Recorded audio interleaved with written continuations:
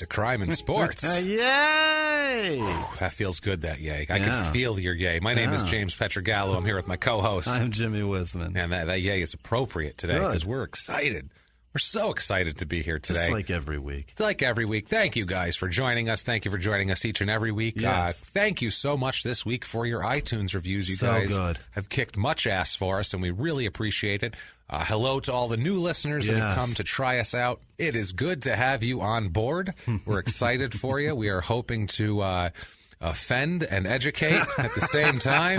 Yes. And hopefully make you laugh. We have a great one tonight. But before we get to that, again, thank you for your iTunes reviews. That means the world to us. Yes, it does. It helps us so much going up the charts. I know, like we said, we're on Podcast One now. We're on a network. But that really, really does very little for us when it comes to that. Like that's not going to get us any iTunes reviews or things like that. That's you guys. You guys are still the only people that can help us. You really are. Yeah. You're our engine. So please, if you haven't yet done it yet, please get on iTunes.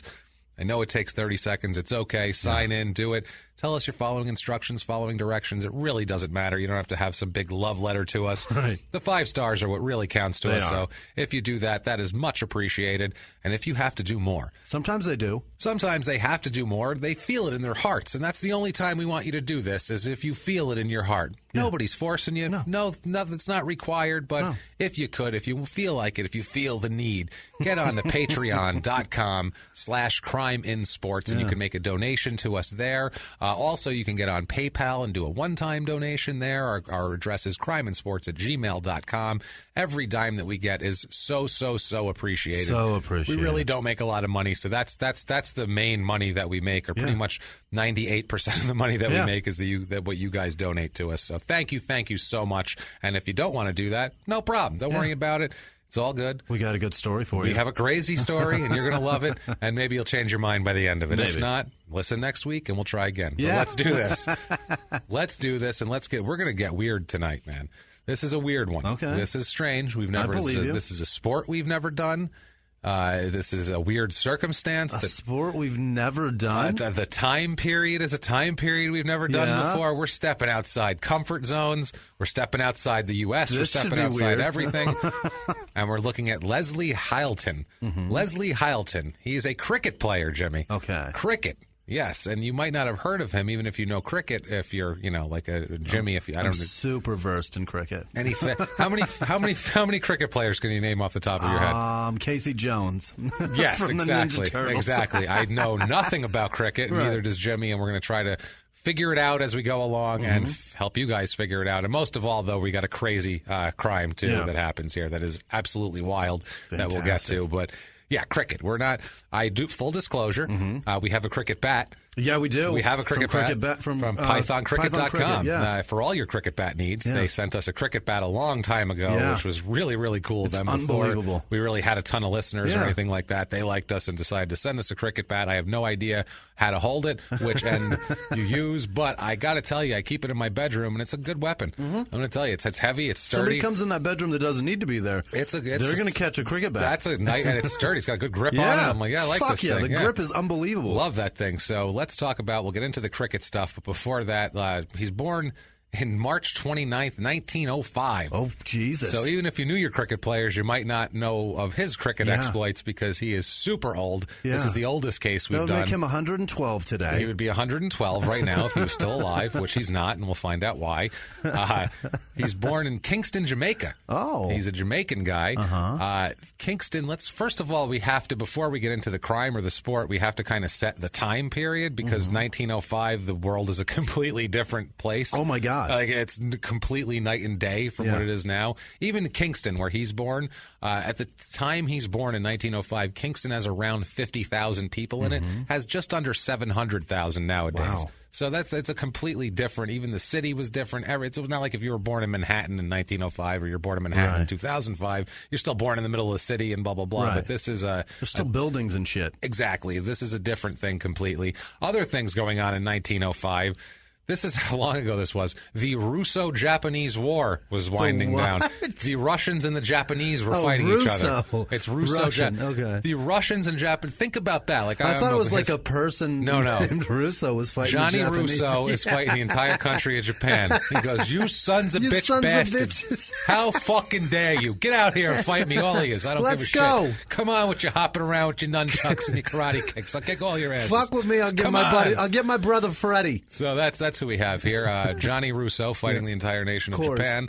But yeah, we have the Russo-Japanese War. So I mean, that's how long ago it was when Russia was fighting the Japanese, which is just an odd. That happened in World War II too. But I mean, this was in a different. This wasn't even. This was 40 years prior, and this wasn't Russia like communist Russia. Right. This is pre-Russian Revolution Russia. Wow. This is kind of what helped spark the Russian Revolution. Unbelievable. Because in January 2nd, Russia surrendered to China in a part of China. They were fighting in different theaters. They couldn't get over that wall. This one theater, no, in I believe it was northwest China. They surrender, and so that kind of kicks into the Russian Revolution. There's a lot of political and social unrest and all of this in Russia that leads to them being communists and Lenin and all that good stuff that we are still dealing with now happened because the Japanese beat them in China 112 years ago. So that's what's happening there. Other things happening that year. This is unbelievable. The Albert Einstein on March 17th of that year publishes his paper on,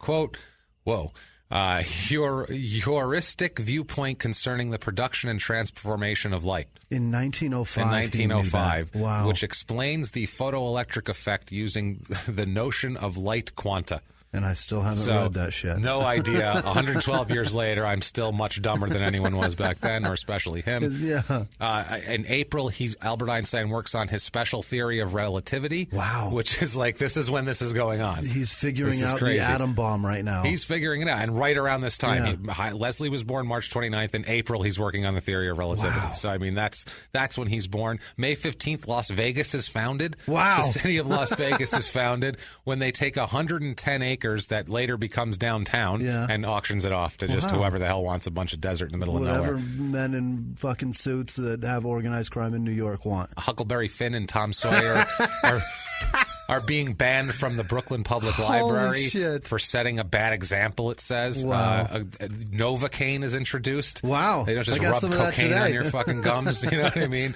It's what? Wolves become extinct in Japan? What? Apparently there was wolves and now there's not. I didn't know they were extinct there. All of this happened in 1905 in addition to Leslie Hylton being born to a life of cricket. Leslie grows up in Kingston. He loses his mother when he's only 3 years old. So very young age to lose his mother. He's brought up by his aunt. I mean, who the hell knows in 1905? She might have had, I don't know, anything because they didn't have antibiotics or penicillin back then. So really anything could have killed her.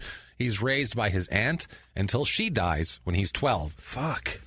Tough upbringing here for Leslie. Surrounded by death. And also, too, when he's a small child, when he's 2, in addition to, this is right before his mother died, they had the giant Kingston earthquake of 1907. Okay. Which was a huge earthquake. That destroyed all the dirt. That destroyed everything, shook these dirt structures to the ground, right down to the core, turned the rocks into rocks. It was a 6.5 on the Richter scale, so it's a big one, man. It was at the time, it was one of the world's deadliest earthquakes recorded. Wow. It was wild. Death of up to 1,000 people, left 10,000 people homeless, and caused at the time $25 million in material damage, which in 1905 that's a lot. Was pretty much the entire island was worth $25 million. It lasted for 3 hours. Too. What? This earthquake. Yeah, it was everything was on fire. Every single building in the city was damaged. That is terrifying. And nothing was built for that. Can you think of being in that state of panic for 3 hours straight? You just got to assume that it's never going to stop. Yeah, this is hell. At some this point, is the apocalypse. At 30 minutes in, you just got to be going, how am I still alive? This must be the apocalypse. This is it. Yeah, this is what's going on here. Also, after that, on the north shore of Jamaica, there was a giant tsunami because of the earthquake. Because it's been shaking for 3 fucking hours. A horrible time there. So he grows up in hard times. Yeah. Dead mother, rebuilding of the city as a child. Everybody in the town is dead. Everybody's dead. It's a bad time here. Jesus. His childhood, right around the time his aunt died, when he was about 12 years old, he leaves school because, what else are you going to do if you're in Jamaica in 1905? It wasn't like back then they were like, we need to get this kid an education. Right. They were like, well, he could have been in the factory like 3 years ago, so he's slacking at this point. He's like an old guy in the workforce. We got a whole town that needs to be rebuilt. Yeah, he can hold a hammer. Get the well, fuck to work. Instead, he's a tailor's apprentice at a place called Henry Shakespeare. That was the shop he worked at. Henry Shakespeare. That just sounds like fancy English clothes, probably. So they were like, that works. He later changes paths in his teen years because he starts getting big. He's a 6-foot guy and stocky, which back then is a big guy. Yeah. Real big, strong. He's athletic. He's strong. He becomes a dock worker after a while because that makes sense. He probably made better money than, or he just wanted to get out in the fresh air. I don't know what the hell he's doing. It's Jamaica. It's beautiful, from what I'm told. Yeah, you're down at dock. It's got to be by the ocean. That's a good thing. But he's poor. He's poorly educated. Yeah. He's from the underclass, and that's another big thing that plays a large role in this. Is class was a huge deal in Jamaica, as it is here now, as it is everywhere. It has been since the dawn of time. Yeah, in Jamaica, it was really, really like, oh, you're the lower class, you're like dog shit, basically, and the legal system didn't work the same way for you, and nothing worked the same way for you. But this particular guy here, Leslie, he was really good at cricket. At a young age, and he's like I said, big, athletic guy. Now cricket. Let's get into cricket, shall we? Jimmy laughs because neither of us know shit about cricket. I don't care what you're about to say right now. I'm just going to nod and go, yeah, that sounds right. Yeah, that sounds good.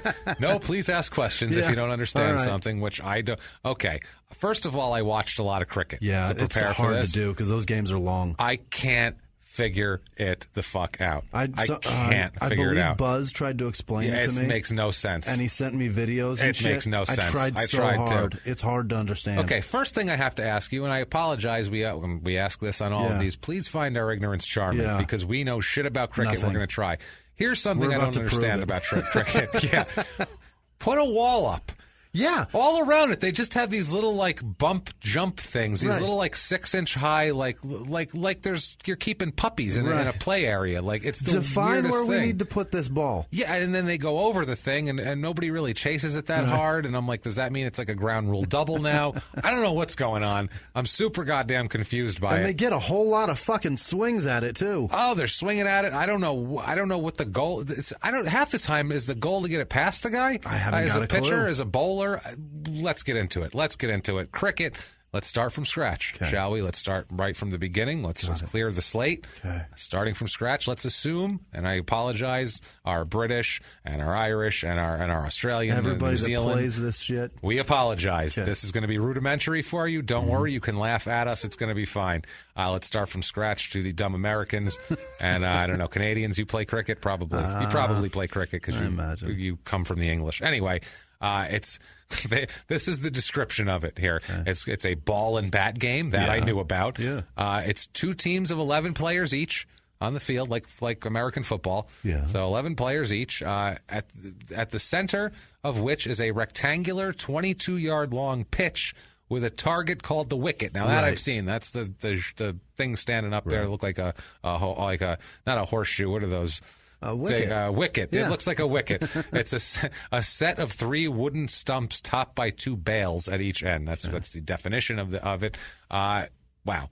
Each phase of play is called an inning, which one team bats and attempts to score in the other opponent's field. So it's like baseball in that. They try to score as many runs as possible. Cricket was invented before baseball, right? Oh, yeah. Okay. Cricket's an old sport here. So they got the inning before us. Yeah, that's where they got it from. Baseball. There's a lot of disputed shit of where baseball comes from, but it's kind of like they said they took a game called base that they played, and then they kind of mixed that with cricket, and they kind of perfected the shit out of it. Yeah, they took rules from each thing and said 90 feet's the perfect amount of distance to have between the bases, and 3 chances to take a swing at a ball that's within your fucking swinging range, and that's enough. Yeah, exactly. That's all you get. You want to be a man?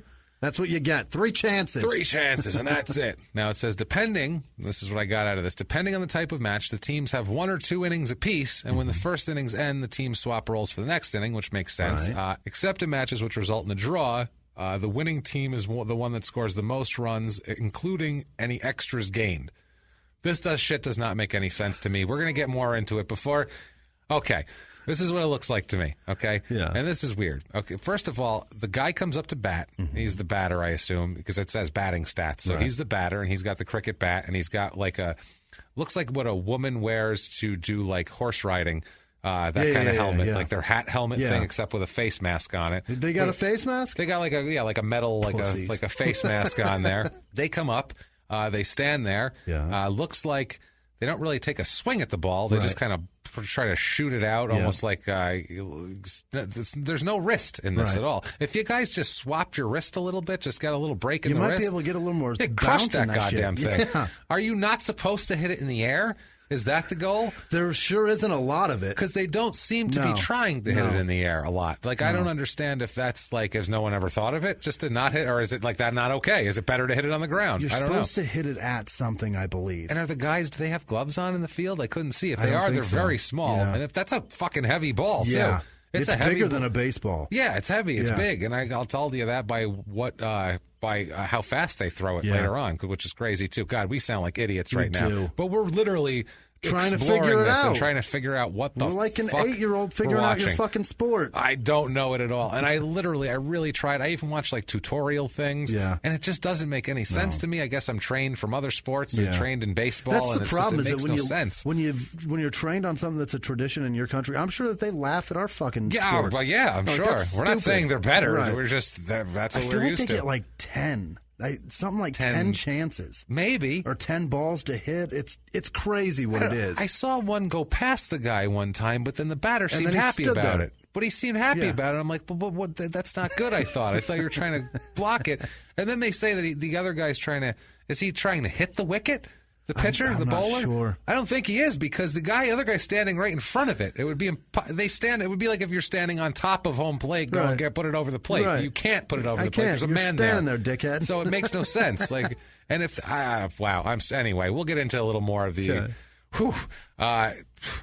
This gets him opportunity. Let's just say that. His cricket skills bring him more opportunity than most guys down at the docks. Yeah. He starts to become a little famous around the island. He starts playing. People know who you are if you're one of the big cricket guys. Yeah. You're one of 11 guys.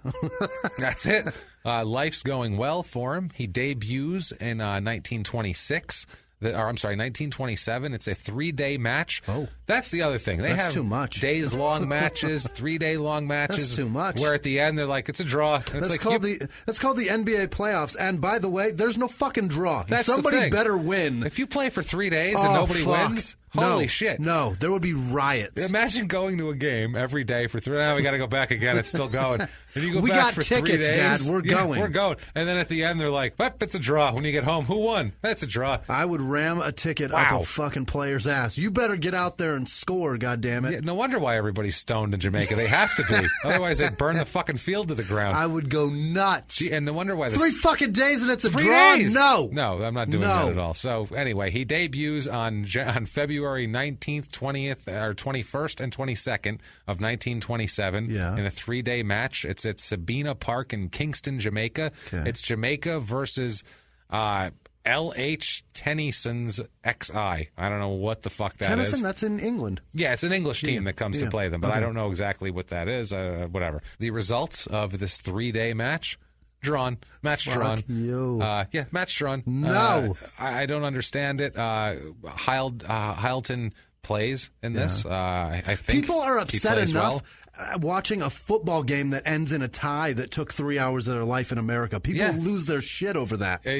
How do you do 3 days? I have no fucking idea. I have no idea. He has 12 overs. What? He has one. What does the M stand for again? Oh, I had this shit memorized. The M. I don't remember what the M stands for. He had 1 M. He had 1 M. He had 41 R's. Whatever the fuck that is. I'm guessing runs. 41 runs and 0 wickets. Okay. So that doesn't seem good. Seems like he should have had more wickets than that. That many chances? He should have got at least a wicket one. or two. I don't know. How many wickets you got there, buddy? Come on, get your shit together with the wickets. I'm not sure. Maybe something bad.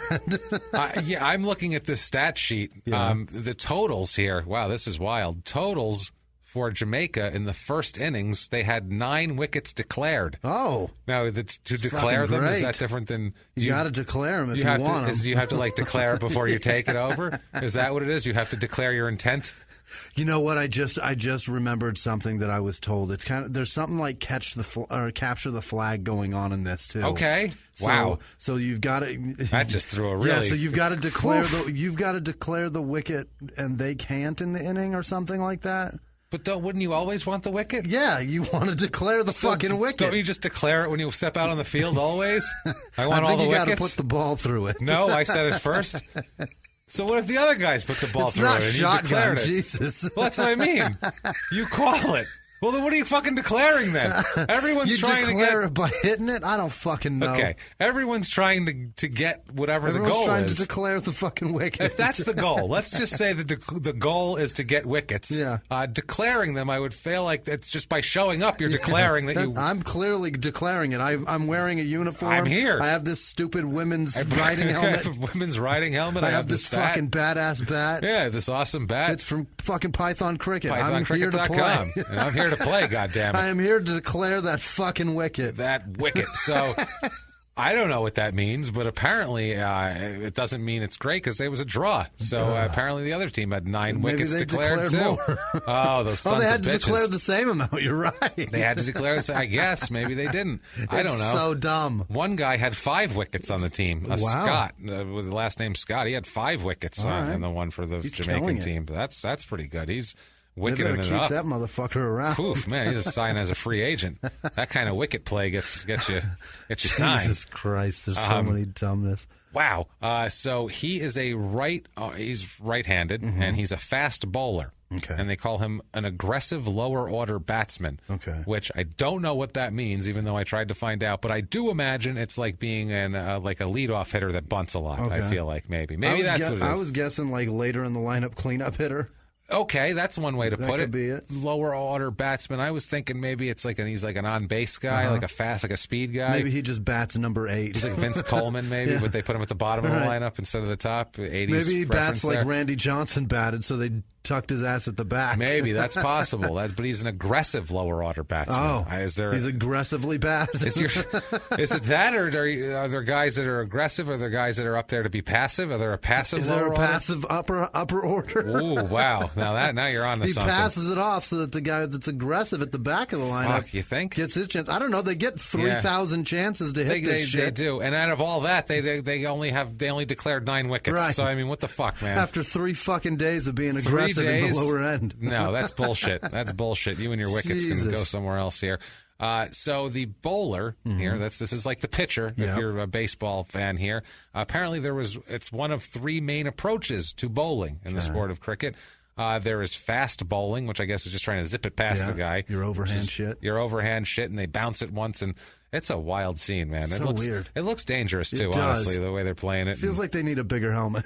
A bigger helmet or more something. I don't know. They have pads or something. They have those big, goofy, like hockey goalie gloves on, basically, that they're using. They have that at batting. That's right. Yeah, they're using like those big old gloves. In case it touches your precious fingers. Yeah, they just kind of shove the bat into your gloves because you can barely hold them. You have Mickey Mouse gloves. Yeah, they're really ridiculous, really thick. Apparently, there's also spin bowling, or swing and medium pace, or what they call swing bowling. Okay, apparently, that's your slider. The pace bowlers are known as fast bowlers. Apparently, they say that this a fast bowler here doesn't need to have a super high speed, but apparently that's most of the guys now that are coming into cricket have a higher speed. Okay. It's becoming a high-speed pitching scenario. I don't know what's going on here. You're apparently just trying to get the ball past the guy. You're just trying to blow it past him, just like a fastball. He's looking inside, you throw outside, that sort of thing. Screw up, he fouls it off. He can't lay off the high fast one, so pitch it over his head. That's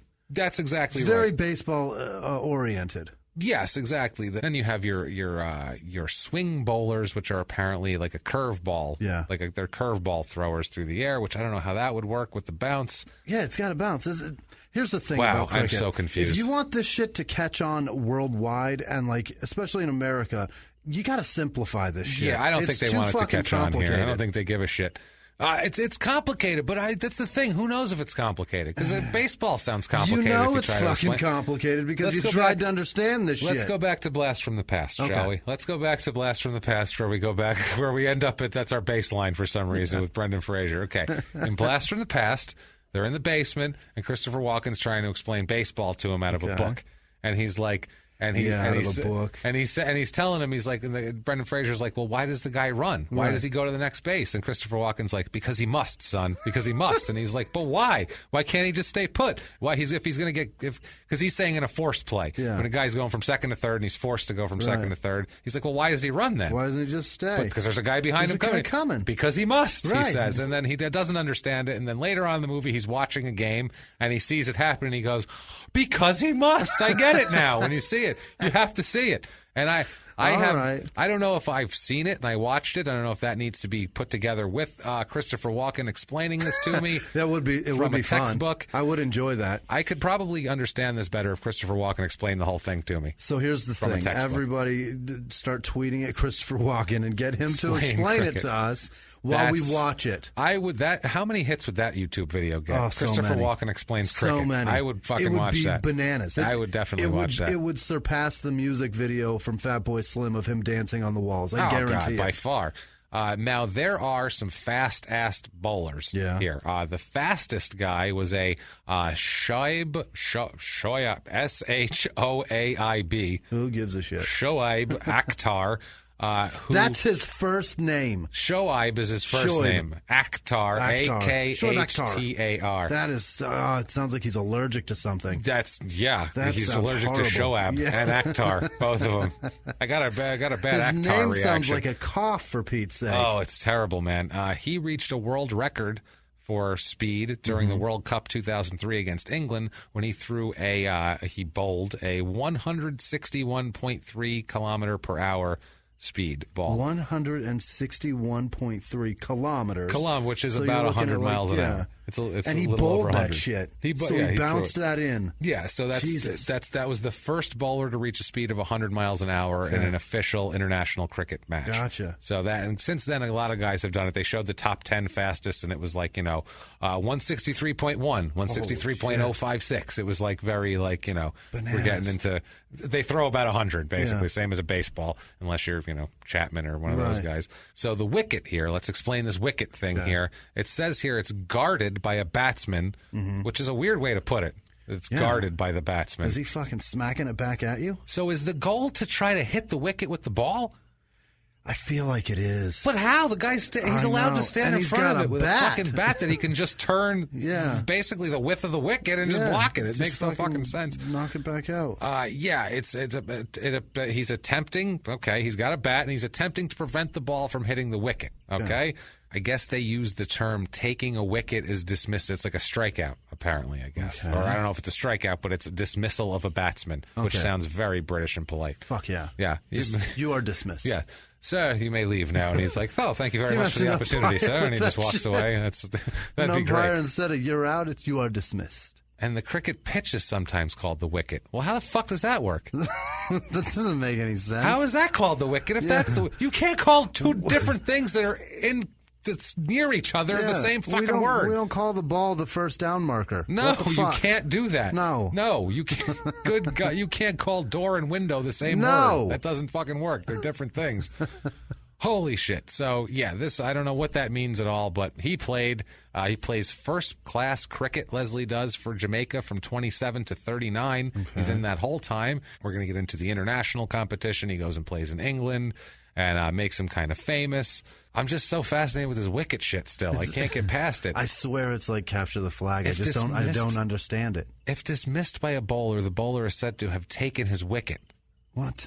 Wow. The number of wickets taken is the primary measure of a bowler's ability. I'm going to say that's a strikeout. A bowler's ability? What? A bowler, if he's a good bowler. Okay, so he's the pitcher, though. So if he takes the wicket, is he declaring it?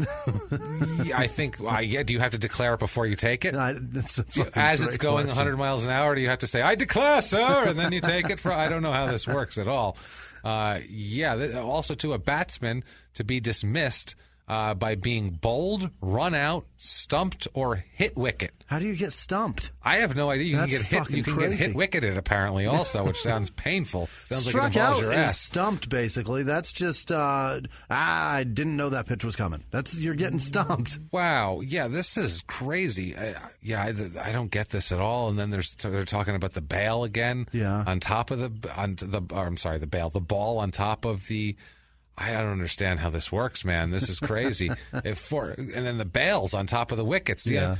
Wow. Well, I guess there's no more bails because if it's too windy for them to get up there, this is a mess, man. I don't know. This is how when somebody's asked a question and they don't know the answer and they give like a bullshit answer and then somebody else gives another bullshit answer and then they like start agreeing on things and then they get so far away from what's actually you have no what idea. the answer is. They're both That's full what we're of shit. doing right now because we're just like, what the fuck? We have no clue. Doesn't make any sense. No idea. Also, too, a team can win them.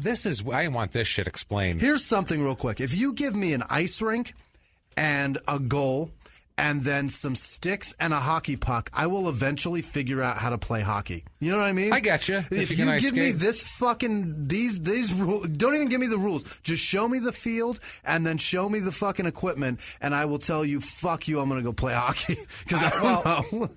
I would just play wrong. I would hold the bat. They would throw the ball, and I would try to hit it as far into the air as I possibly could. Well, would you even try to throw the ball? Because you got to figure out how to do this. I wouldn't try to bounce it. I know that much. I'd try to get it, but that would shock the shit out of the guy if he's standing there waiting for this thing to come and bounce, in the dirt. And I just hit him in the middle of the chest with it. He'd be like, "Holy fuck!" I'd be like, "I've declared your wicket, sir." I'm going to be a pro. This shit is mine. I own this wicket. I'm going to be a pro. That's how I'm going to surprise everybody. They're not going to see it coming at all. Apparently, this just blew my mind here. A team can win a match by a certain number of wickets. Okay. So it says this means if that they were batting last and they reached the winning target with a certain number of batsmen still not dismissed, a team's innings end. Wow, when 10 batsmen are dismissed, that's a lot. Okay, so that's everybody what it is. go. 10 batsmen. Wow, if the side scored the required number of runs to win with only 3 batsmen dismissed, they're said to have won by 7 wickets. Okay, that makes sense. The wickets at that point are a leftover batsman. So if you win and you have people left over, like if you're more wickets. Like if you're in the 9th inning, in the bottom of the 9th inning at home, and you score the winning run, if there's 2 guys left on base, they don't score because it's over when the run scored. But they don't say you won 4-3 plus 2 extra guys. They don't say that. What about the guys that 2 extra wickets? What about the guys that are due up? That's everybody. That's what I mean. That's what I mean. Like in baseball, what if you get the rest of your order too? Yeah, that's it. You get 6 other wickets. There you go. I don't know what. Dude, this is bananas. Wow. Also, there is a term called a sticky wicket. Which, oh God, do we even need to say what the fuck that sounds like? It refers to a situation when the pitch has become damp. That sounds as though somebody has masturbatorily declared the fucking wicket. That sounds like we've made it sticky. Best of luck. That sounds like someone really cockney is like my pitch is damp. I can't even get it out. Come over and get my wicket sticky, would you? Drunk as shit. I'm laughing. I can't get it. But yeah, that's what it sounds like to me. Someone's that's creepy. You need to sticky up my wicket because my pitch is damp. So we have no American sports where anything is quote unquote sticky. No, there is no sticky wickets. You got sticky fingers in football, but that's it. Apparently, they stopped with the playing in the rain. I guess it was more difficult, and they stopped in the 50s to do that. Yeah, apparently there would just be. I mean, our baseball players don't play. No, all sorts of damp, sticky wickets happen, and it's not great when sticky. So back to Leslie. Yeah, he plays his first test match, and we'll get into what that is, against R.E.S. Wyatt's MCC in their winter tour of the West Indies. This is the community English college. No, this is the like an English test team. Okay. This is for the West Indies test team. The West Indies cricket team is known as the Windies. Apparently, they're a multinational cricket team representing the Caribbean region. Okay. So they're not from one. It's just West Indies basically. They're a composite team made up of players from 15. They say mainly in English-speaking Caribbean territories. Different, countries, different, colonies, however you want to put it. Different cultures coming together to play cricket. Yeah, and the West Indian team's doing well. As of August 7th, 2017, so this week, they were ranked 8th in the world in tests. Yeah, not too bad. Not too bad See at what all. happens when you smoke weed? You fucking get good at shit. No shit. From the 70s, the mid to late 70s to the early 90s, they were considered like the strongest team in the world in test Unbelievable competition, apparently. And now, back to the show. They have some that are in the International Cricket Hall of Fame that are from the West Indies, and I just have a few of these names because they're funny. A lot of Sirs, Sir Frank Worrell, Sir Clyde Walcott, Sir Everton Weeks, Sir Curtly Ambrose is my favorite one. Unbelievable. And Sir Viv Richards, who they made fun of. Name your kid Viv and see how much he doesn't get his ass kicked his whole life. And my favorite, Sir Andy Roberts, which doesn't sound like a sir. Andy Roberts? Yeah, he sounds like a plumber. What the fuck is that? Yeah, Andy Roberts. You can stick a sir in front of that all day long. You're not getting any goddamn respect. I'd rather be named Viv. Jesus. What a I like horrible Viv name. better, or Curtly. Yeah. Test cricket is the longest form of the sport of cricket and is considered of the highest standard. These are the international teams. Like we said, they play 4-inning matches, which can last up to 5 days. Holy shit. 5 days, these fucking matches. 4 can last. innings? 4 innings. What the fuck? Because you have to go through everybody. 4 Good in 5 God. days. Dude, okay, guys, everybody. It's I know too much. I know you love cricket, okay? Yeah. I get it. 5 days is too much of a fucking commitment to give to any sporting event. I'm sorry. One inning It's in a just day? Like, look at Not that. even. No, that's what I mean. Look at the in the You got to United take States. a break in between an inning. Nuts. That's what I mean. You stop ever halfway through the first. I guess we'll call it for the day. What is going on, man? Like, look at the in America, the Super Bowl is like the most giant thing, Yeah. and millions of dollars for 30 seconds of ad time and all this type of shit. It's one fucking day. It's like 4 hours. There's a shitload of pregame, and we get food and all that, but it doesn't last for 5 days.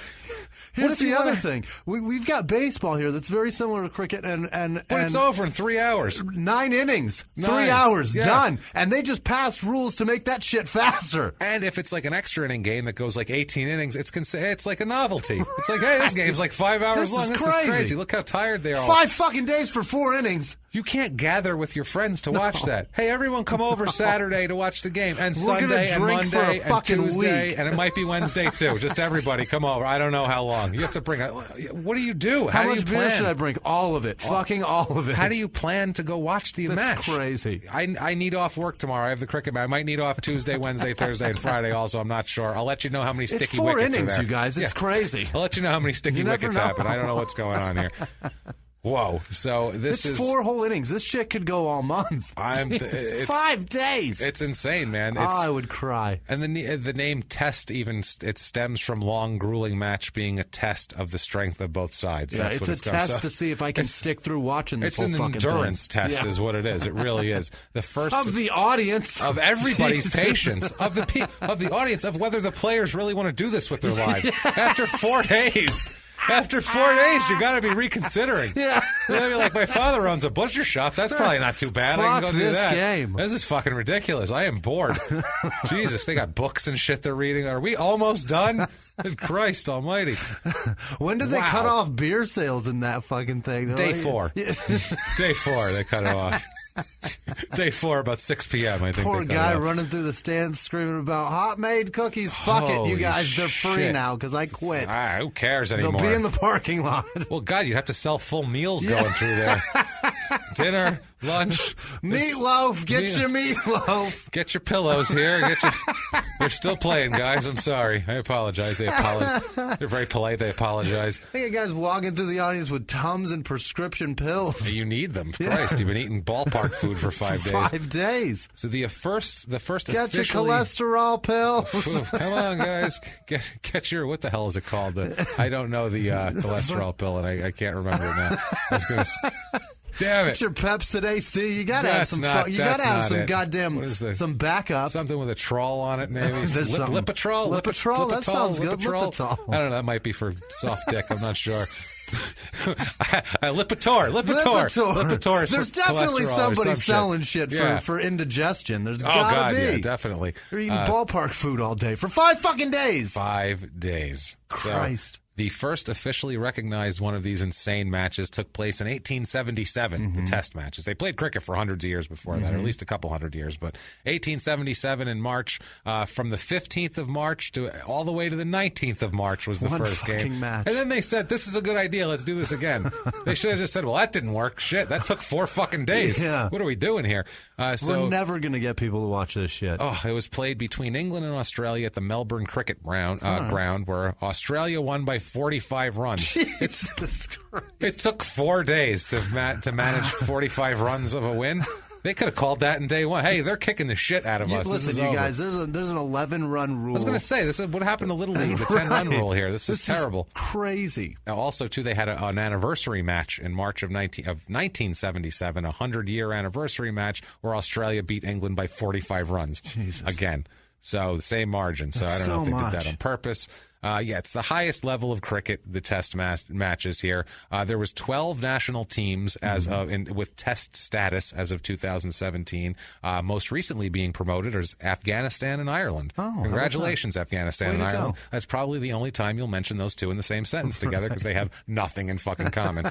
And also, too, Zimbabwe between 2006 and 2011 had their test status suspended because of poor performance. Oh, but then they got back in August 2011. They were getting their asses kicked by more than 45 runs. That's, how poor of it does it have to be? It took 5 days to lose by 45 runs? That should be enough. What a fucking waste of time. You're fucking out. Jesus. So Hylton debuts with 4 tests, 4 test matches against England in the 34-35 season, taking 13 wickets at an average of 19.30, which I have no...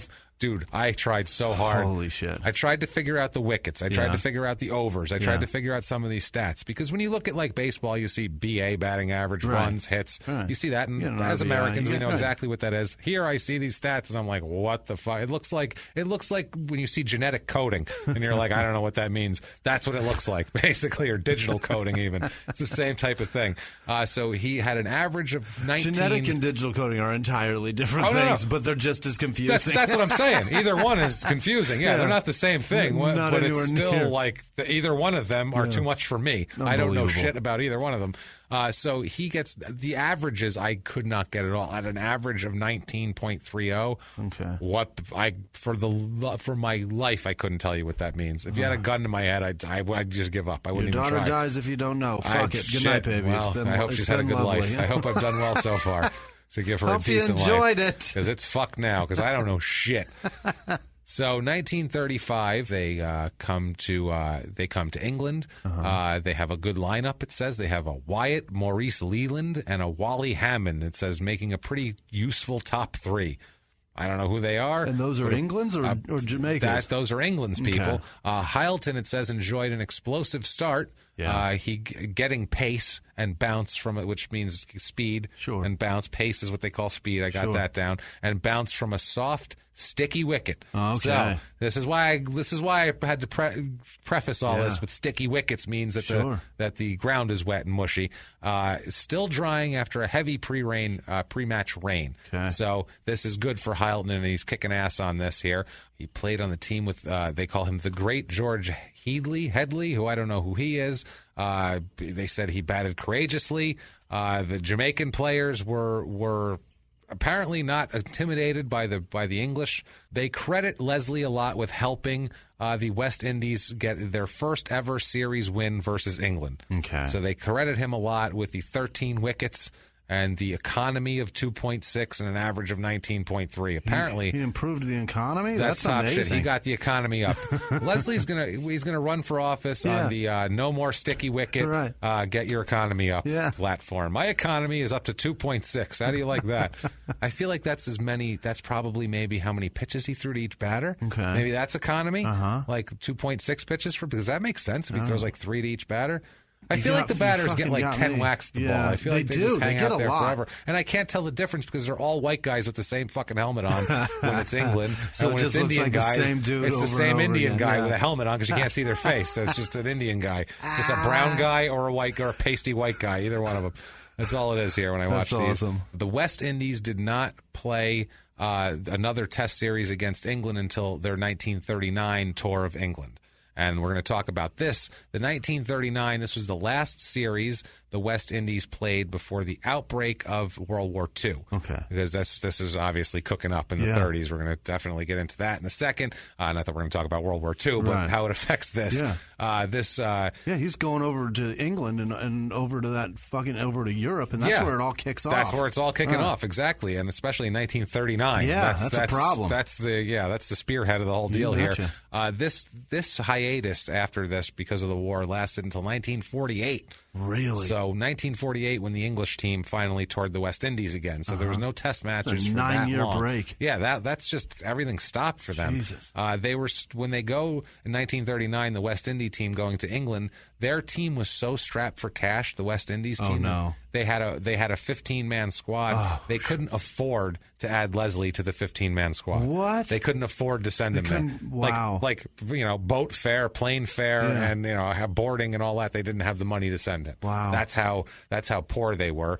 People in Jamaica went batshit. Wow. He's like, they love this guy. Yeah. He's a hero to them. He's their Jeter. Yeah, kind of. And or their pitcher. I don't know, whatever you want to put the equivalent to that. But they love him. So what they do is they have a huge public appeal to fund his tour costs. That's what they do. So the first crowdsourcing. They start passing a hat around. That's Jamaican GoFundMe in 1939. You just pass a hat around and go, you want Leslie to go play the English? Because he's a good bowler. So they're like, look, we need him. We want to beat the English. What are we not sending a fucking good player over there? What are we doing here? So they end up getting him. They get the money. Yeah. They actually do it. They sponsor him. They pack him up, ship his ass off to England. So the crowd makes this possible for him. Now, in 1935, as we said, he was great. Yeah. They credit him with being like one of the main reasons they beat England back then. This time, not so great. Okay. Not so great at all. Really kind of piss poor performances here. He just does not do well at all here. It's so bad that he's dropped after 2 of the tests. Oh, what a waste of money. Yeah, they end up, they're like, well, fuck it, the people paid anyway, so ship his ass back. Hey, you want to get a fund to ship his ass back? Anybody going to do that? He's going to get a return flight? That's the thing, man. He goes back to Jamaica and just retires from cricket. The local cricket, the cricket international, everything cricket all together. Career figures of, let's go over this here, 40 first-class matches. Yeah. He had 120 wickets. Fuck yeah. That's 3 wickets per match. Was that good? Maybe. I don't know. Sounds great. A very respectable average, it says, of 25.62. Sounds good. I don't know what that is. I don't know. Does that mean is that like 250? Is that batting 250? It's got to be. Is that batting 250? Did we crack the code? He's got career 250. That sounds like 25%. 25.62%? Yeah. That sounds right. Batting 256. Jimmy, did we figure this out? We're going to get tweets like, this you motherfucker's idiots. batting 256. You idiots did not figure shit out. We're going to get that. Is not at all what that means. But that sounds right. An average of 25, rather than doing it out of 1,000, they're doing it from 100, which they should do it out of 1,000 because it makes more sense. But still, I think I understand. Yeah. I think I get it. And an economy of 2.7. So if I'm reading this right, damn good economy, which I might not be reading this right, he has 3 wickets per match, which doesn't seem like a lot, honestly. Randy Johnson used to strike out like 14 a game. Yeah. So he has 3 wickets per match, and he has a 250 average. So he's hitting 250 with 3 strikeouts per match, and he only throws about 3 pitches, less than 3 pitches per batter. That's not good. That's what I'm getting at. And it says this is all very respectable. I don't know. Less than 3 pitches a batter, that's pretty solid, 2.7. That's his economy. We don't know if that's what that means, mind you. It might be the complete opposite. He might throw 25.62 per pitcher. We have no fucking idea. He might be throwing 25 pitches per batter. Absolutely. The games there, the 24th through the 27th of 1939, the England won by 8 wickets, and then there's another one on July 22nd through 25th, which is a draw, and that's a 3-day draw, and then there's another August 19th through August 22nd, 1939, at the Oval in I believe that is in the West Indies. Yeah, that is also. that is in England. That is also a draw. Okay. I'm telling you, if there's a draw, they should release lions. Like fucking, run. I'll watch that. Yeah, or something like that. And you have a bat. Yeah, whoever has the most players left when those lions are full wins. Yeah, well, that's not a bad idea. This is like the 3rd sport you've suggested releasing lions into as a way to improve it. That is your solution That's true. That is literally your solution to every sport where you're like, I don't get it. You're like, what if they just put lions on the field? Fuck it. I think rugby, you asked for lions.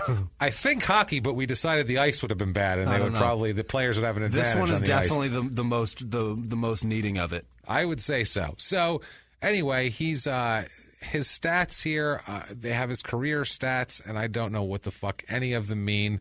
I don't know anything here. His career stats here, 6 tests, 40 first class. He has 843 first class runs scored. All right. 70 tests. His batting average, there we go. in tests is 11.66, which doesn't seem too good. Much. That seems low.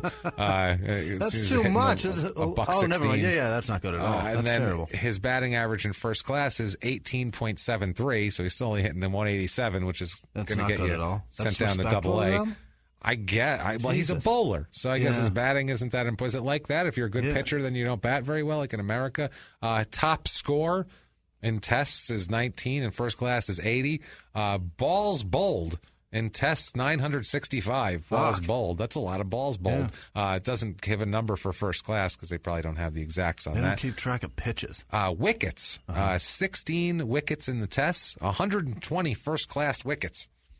So yeah, is that a second class? 120 wickets in the first class play in that league. He had 8. I don't know if that's good. 40 matches, 120 wickets. Sounds great. That seems fine. I guess that's good.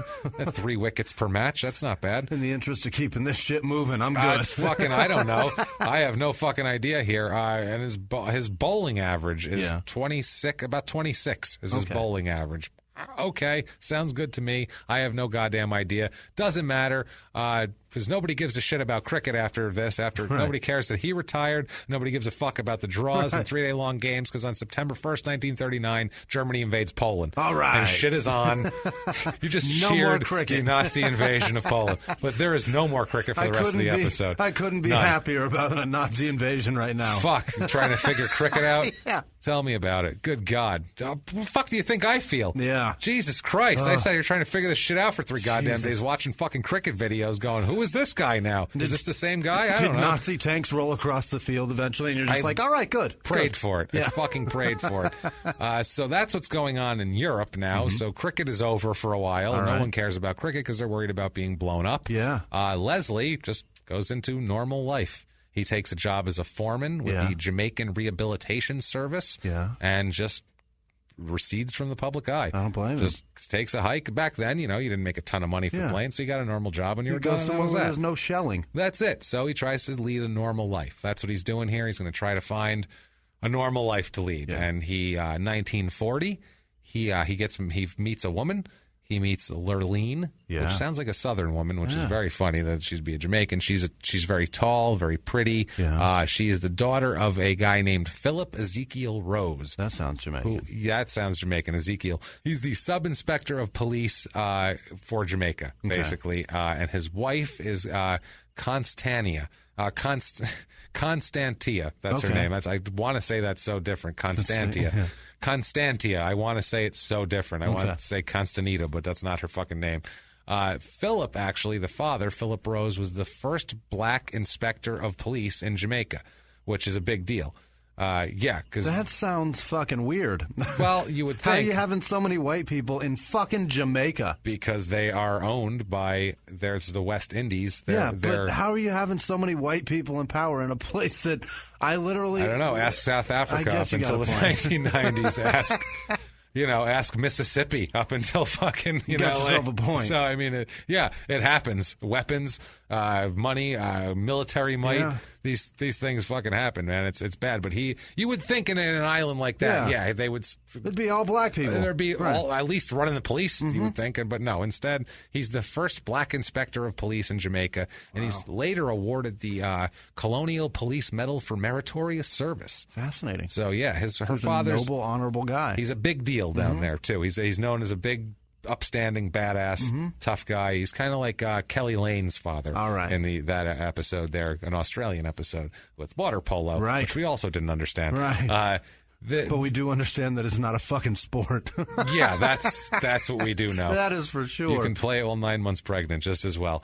So this this whole thing here, these parents, you can't get any more upstanding than the first black inspector of police. Yeah. So they're very aware of class, these people. They're very aware of how far they've come. Yeah. They're very aware of keeping their status. And this ex-bum football player, or ex-bum cricket player is not who they had in mind for their daughter to marry. Right. They want him to marry. They want her to marry an educated guy, a professor, somebody like that, an attorney, somebody with an upstanding and most of all, upper class. Yeah. Because they keep trying to move up the class. Sergeant Murtaugh's pissed. That Sergeant Murtaugh is so fucking pissed, man. He's too old for this shit. That's it, man. He was not okay. Rose, the father, was not okay with Hylton at all. They were like churchy people, upper middle class. They had servants. Yeah, like they made a joke. There was a famous thing there where the father said, like, our servants have better breeding than you. How about that? Like, they have better ancestry than you do. Basically, that's a solid burn. You're not even qualified to be our servant, right. No less date our daughter. You can't watch the royal penis. Yeah, fuck out of here. Yeah, exactly. So you are not touching our daughter's royal vagina either. No royal penis, no royal pussy either for you. Sorry. So, they completely disapprove of this whole thing. They tried to find every way to break them apart. Yeah. This is like an 80s movie. Yeah. This is like some Jamaican Romeo this is like and Juliet Jamaican shit. Footloose. Yeah. Like, they're like, don't you talk to Kevin Bacon. John Lithgow's yelling at his daughter. Jesus Christ. I saw him dancing. So they do not want him anywhere near them, and they go through great extents, including Philip here, the father, Philip Rose, going through every shred, and this wasn't like back in the day where you can just pop in a name on a computer, going through every shred of police record paperwork, looking for anything, any evidence on the entire island or in England of any criminal offense that this guy committed, so they could say, see? He's a piece of shit. Terrible. Yes, you can't marry him. So instead, they found nothing on this poor guy. He's just some guy. Clean. He's clean as a whistle. He played cricket. He's not playing cricket. He's working for the rehabilitation center. Sure. That's it. So they end up reluctantly giving consent for them to get married. They have no other fucking choice, basically. They can't. She's a grown woman. She's going to marry him. She's got choices to make. Might as well make it look like they were into it, and that way it looks better for society. Right. So October of 1942, he marries Lurleen. All right. So now he's married. So this is fine. Yeah. I'm okay with this. This isn't like his life was spinning out of control. He's just easing into a different life. It's fine. He's good now. All right. Everything's good. This marriage was uneventful. They got along fine. Yeah. There was nobody beat anybody.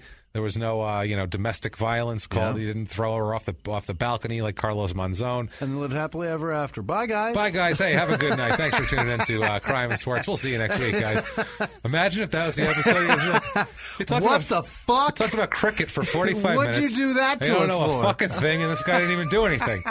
What a couple of assholes. Can you imagine that? We should do that on like April Fool's Day. We should do that. And then it wouldn't even be a prank. I would get so many death threats. Keep the episode at like an hour 50.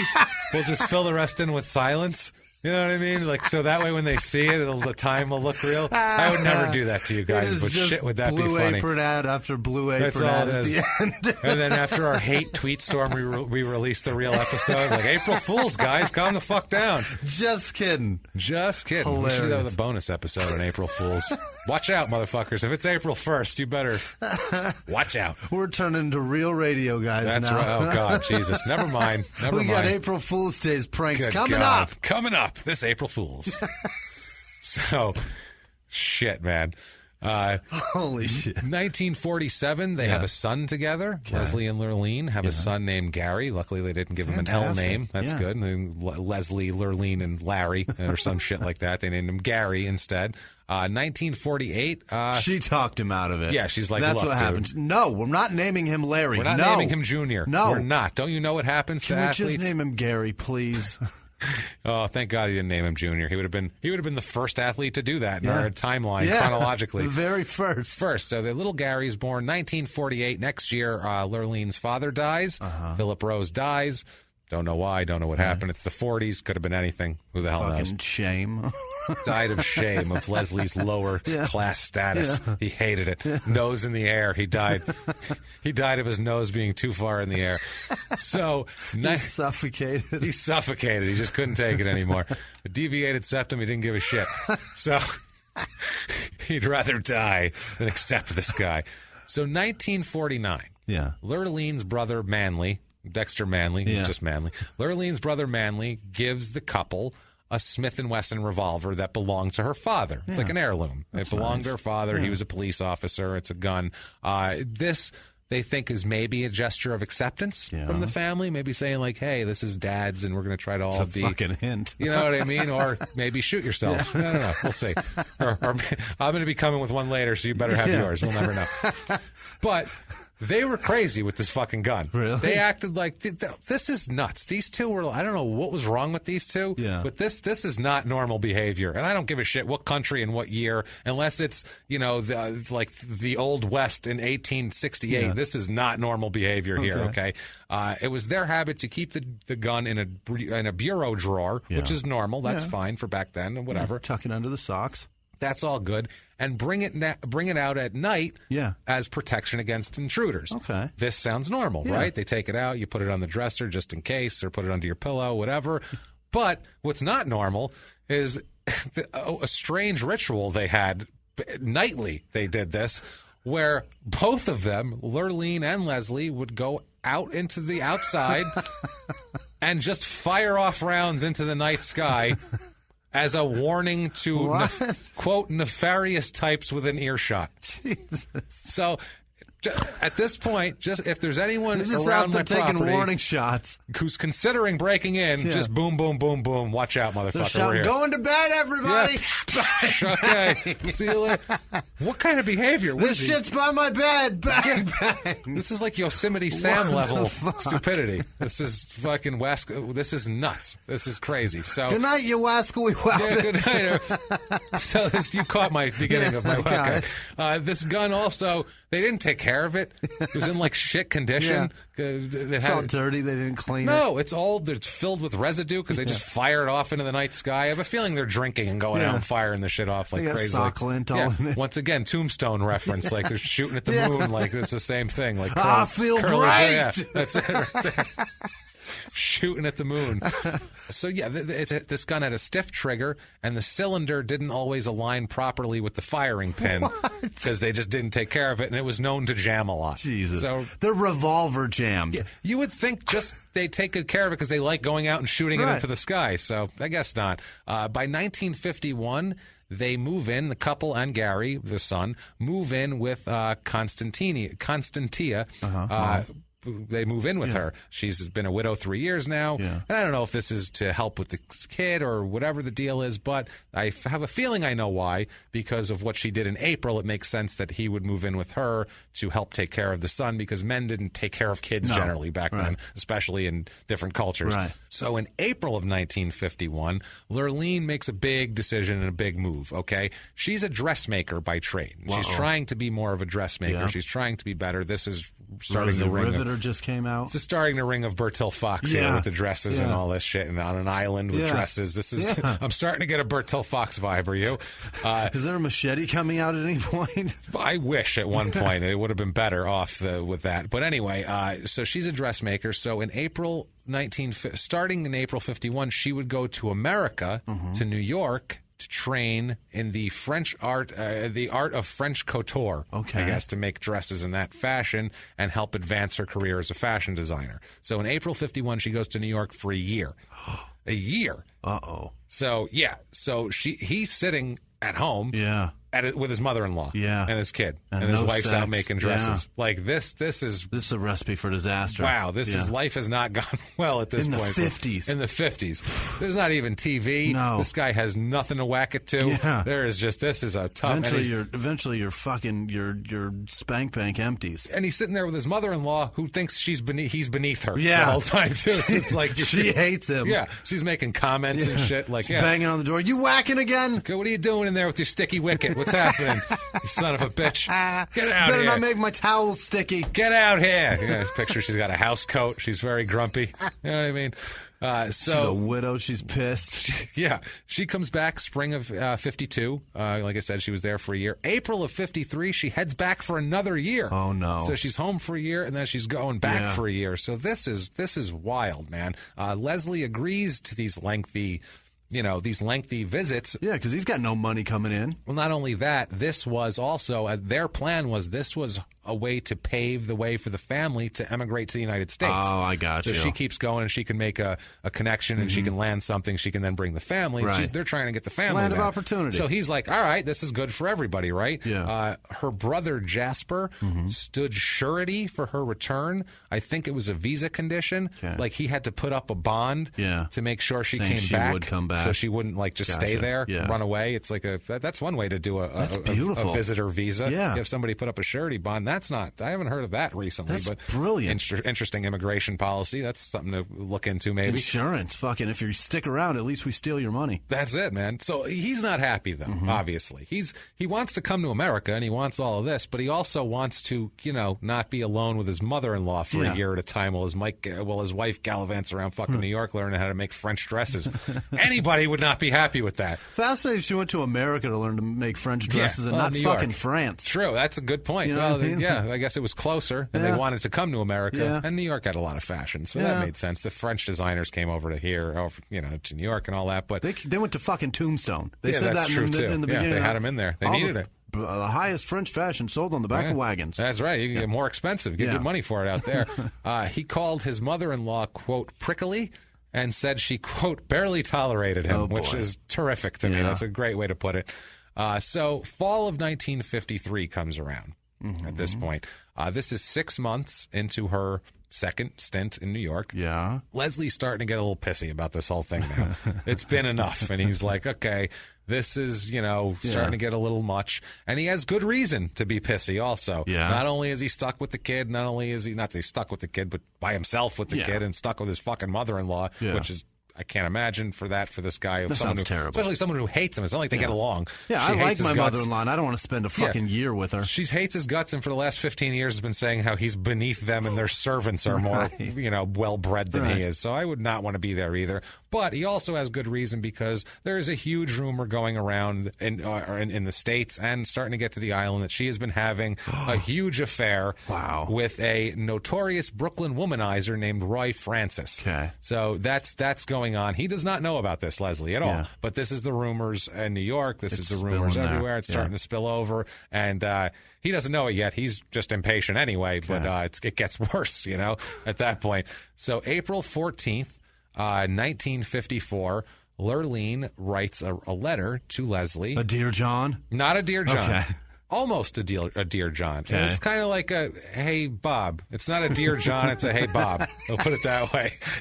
That's a lighter version of the Dear John. All right. Hey Bob, come here a minute. Come here, Bob. Come here, Bob. It's startling. This is her. She says she's intending to stay in New York by 2 more years. Oh boy. So she says, she said, I'm going to stay because this is when she's supposed to come home in April of 54. She left in April 53, and she said, rather than me getting on the boat now or on the plane or whatever, I am going to stay here for 2 more years. Oh boy. So that's it's a Hey Bob. Yeah. She's not saying I'm leaving forever, but she's like, I'm going to be gone a while. Heads up.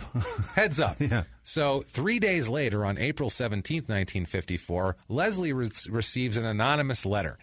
Okay, it is a 642-word letter, which is a pretty good letter. Yeah. Typewritten. Oh boy. Which you had to go through effort back then. Someone took some time. Yeah, someone took some time, and it is a description of all of Lurleen's alleged adultery with Roy Francis. What? It's called a lurid description of everything they do, everything. It's wild. The letter is from a guy from Brooklyn. Is that what you said? From a guy, yes, Roy Francis in Brooklyn. Did Roy write it? I don't know if I Roy want it wrote to be it. from Roy because a guy in Brooklyn That's possible. Sending a letter about banging some other dude's wife. Listen, it is dirty as fuck. Yo, when I eat her pussy. Let me tell you something about that.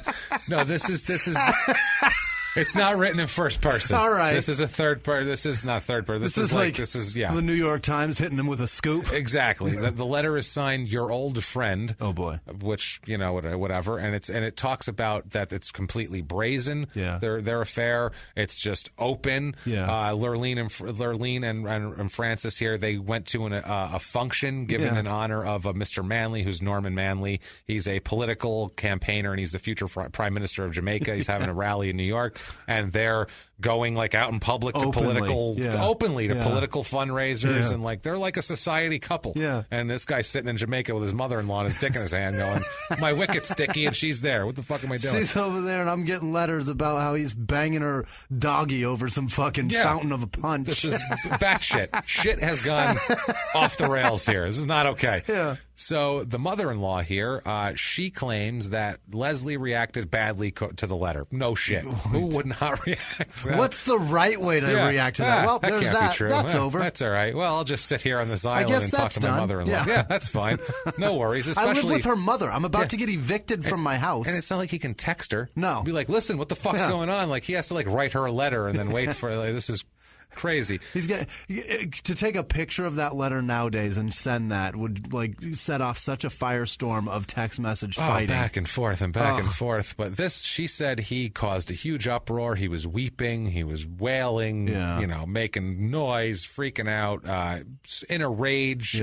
He threatened. He's going off, running around the house, just talking shit as anybody would. He's going around stomping, talking shit. She said he was in a storming rage, is how the mother-in-law put it. He threatened to go to America himself and shoot Lurleen if she didn't come back to Jamaica. So I'm going to go there and shoot her. Another gun, because this one doesn't work. That's well, it might work after a while. He said that he's self-righteous in this, and he's the right one, and no jury would convict him if he did kill her because of that letter. And he's saying that, look, no jury in the world will jury's going to convict me because she's obviously fucking around. Anyone who got that letter would kill their wife first. They would just kill her. So that day, he's still pissed. He sends 2 cables out.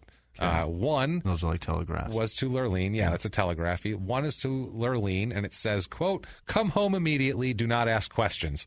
Ooh. That's all she gets. And then the second one was to Jasper, her brother, who put up the surety bond, saying, quote, "Withdraw bond R.E. Lurleen immediately. We'll explain later." Oh, boy. So he's saying, you withdraw that Pull bond. Your money. She told her to come home. Just in case she doesn't want to, you fucking make her come home because there's some shit popping off here. Yeah. This is all happening, like I said, in mid-April. Now, the last week of April 1954, there start to be some break-ins around their neighborhood. Their next-door neighbor had been burglarized, and also Leslie had been pickpocketed and had his wallet taken right around then. So there's starting to be a lot of crime around here. He says, Leslie says, because of these people breaking in next door and because he got robbed, he needed to go get more. He didn't have enough ammunition for his revolver on hand here. So she's coming back to Jamaica, but the day before she gets back, he buys 15 .32 caliber rounds from a local sports shop to protect his family. Obviously, only you know what 15. I mean. You have to protect your family. 15 Jimmy. on hand at all times. Have to do it. I always have it. So May 2nd, 1954, she returns, Lurleen, under her own free will. We don't know. We don't know if she just came back or if the brother actually pulled the surety bond and she had to come back, or whatever the thing is or here. If the cable came through and she was just like, I wonder what's up. I should go home and find out. I'm sure it's nothing. Yeah. I'm sure it's fine. It's got to be nothing. It's got to be. Mom's probably being a pain in the ass. I'll go talk to her. So, by the way, too, this is 54. He could fly back and forth. She doesn't need to go for 2 years at a time. Yeah. She's got a son. She's not crazy. Coming home to see her son once in a while. 2 years? He's not coming home. A young son. He's going to be a different kid by the time you come back. They had him in 47, so that's the kid's 7 years old right now. You're just leaving him down there, but okay. She gets back. She arrives at Kingston's at the airport there, which is now Norman Manley International Airport, which is the people she went to the fundraiser for. Hilarious. Down there. She gets back May 2nd, 1954. According to the mother-in-law here, she denied all the accusations of infidelity. Oh, boy. She said, I don't know what you're talking about. Yeah. I do know Roy Francis, but he's just a friend of mine. He's an acquaintance from the social scene. You know, I'm in dressmaking. We go to these functions. He bangs me totally from time to time. No, never. Never. What he doesn't do is bang me a lot. That's what's not happening up there. I definitely didn't get a Brazilian for his pleasure. No, we're just friends. And it's just friends. It's fine. What she does here is she tries to chill him out. Yeah. And the way it's put in articles in 1954 is, quote, placated her husband with conjugal cordiality. Oh, boy. She fucked him. Or as one put it, the quote, the matter was settled in true matrimonial form. So Basically, she said, I want to fuck you. How could I be having an affair? And he goes, all right, fine. And, he fucks her, and then everything's fine, apparently. So that's a way to settle a dispute. She's trying to do everything to act like everything. She flew thousands of miles just to bang her husband to shut him up. Fuck down. Right. She's trying to act like just everything's fine, normal business, like marriage is great. Like what's going on? She's like that sketch in SNL where Will Ferrell's screaming, "I drive a Dodge Stratus." Like they're just trying to pretend everything's fine while no one talks to each other. That's what I feel like is going on here. But by May 5th, 3 days later, he's still super pissed. Yeah. He's still, he keeps starting it. He keeps starting shit, basically. Yeah. And he's still suspicious, obviously. He got this long letter. Anybody would be suspicious. Yeah. But he keeps bringing it up, and he's trying to be cool, but he's like, I don't think so. So he ends up, as he's sitting out on the porch, the veranda, as they called it, he sees a garden boy, who was one of the people that worked there, sneak a letter from Lurleen, take a letter from Lurleen, an envelope, and take it to a nearby post office box and put it in. Boy. So he's like, oh, what the fuck's that about? Yeah. So Leslie gets up. He goes to the post office to try to get this letter out. Yeah. He's not messing around. He's told by the post office that it's now the property of the crown, and therefore he cannot read it because it's theirs now. And so he goes back home, and he's fucking pissed. Yeah. And he's brooding, and he's trying to figure out what to do about this shit. And he's trying to figure out what that Italian horn imprint on her back is. Yeah, what is that? Francis doesn't sound Italian, but he is from Brooklyn. Who knows? So we come to May 6th. This was May 5th. May 6th, this is that night. Early morning hours here. We're midnight, 1 o'clock in the morning. He's super pissed now. He's super pissed. He's probably, think about it too. You sit down. He's been drinking. You have a say. You sit down, you put a couple back, and then you think about that letter, and you think about this, and you go off into a fucking spinning rage. And he's in a rage, and he is claiming, this is fun. He bluffs her out here too. He claims that he saw the address on the envelope and knows it was to Francis. So he's trying. He's giving it a shot. Like maybe she'll cave. Maybe she'll cave. Yeah. What she does is she absolutely caves. She buys it. She could have got away with that, but she buys it. She admits her love for Francis. She tells him that the last few days with Leslie have been torture. Yeah. Which this is all leading to a bad place. Yeah. She screamed hysterically at him, and this is what she screamed. And I'm going to say this just up front, ladies and gentlemen. If you have someone who's unstable in the room in front of you, and they're armed, and that they've probably been drinking, and it's 1 o'clock in the morning, don't say this to them, okay? She says, quote, and I don't care if you feel it or if you have the right to feel it, absolutely. Say it at a better time in the light of day with more people around, we'll say. She says, quote, I should have followed my parents' advice and not married you. You are out of my class. You are a hindrance to me. Roy is a better man than you. I love him. Just the sight of you makes me sick. I can't bear to touch you. I can't bear you to touch me. You brute. I have found the man I love. You cannot stand in my way. Yes, I have slept with him. I never felt that way with you. My body belongs to him. I am Roy's. Oh, my God. Basically, I mean, that's as bad as you. That's terrible. That's... true or not, whatever, but that's as much as you can provoke a person. Yeah. Not that he should do anything. No. He should, at this point, pack his shit up and go to the Kingston Hotel and fucking stay there for a while. Get some spousal support. Go find himself a one-bedroom apartment and figure this fucking shit out. You know what I'm saying? Like, that's what he should do. Right. Go home and punch a couple holes in that one-bedroom apartment in the walls, because you're going to need to after that speech, boy.